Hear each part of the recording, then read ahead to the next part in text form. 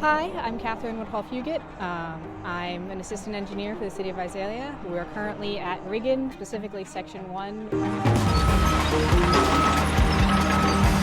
Riggin is a long road. It goes across the entire city. There are 4 sections of Riggin that still need to be widened to their full capacity. This is the first section. 2 of the other sections also are funded, and the 4th section is pending funding. The Riggin Widening Project, Section 1, which is from Akers to Demaree. It's supposed to take 5 to 6 months. Taking all the sections into account, you're looking at multiple years.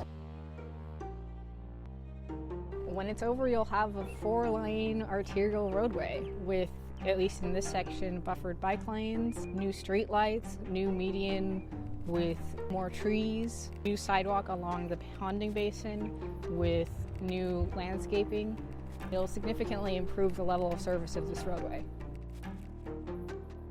The project scope is from Demaree to Akers because we'll be doing additional improvements, namely 2 bus turnouts and adding fiber conduit between Demaree and Kayenta, but the real road widening is between Kayenta and Akers.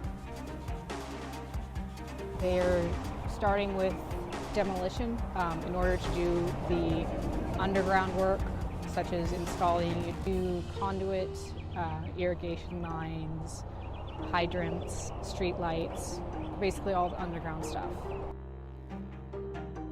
So for this section of Riggin, we're using this process called full depth reclamation, specifically with cement, which essentially tries to utilize the existing base material as your road underlayer. They'll be cutting it to the approximate subgrade, which is below the asphalt which you see, and then mixing it up, mixing in cement. Once they put the cement down, it has to sit without traffic for 48 to 56 hours. Just like with fresh sidewalk, you don't walk on it until it's cured.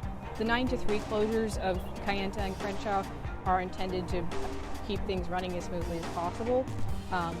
There will also be closures of no more than a week for that curing process of the FDR. After the curing is done, they'll micro-crack it, so that just basically the finishing touch, and then they'll pave over it.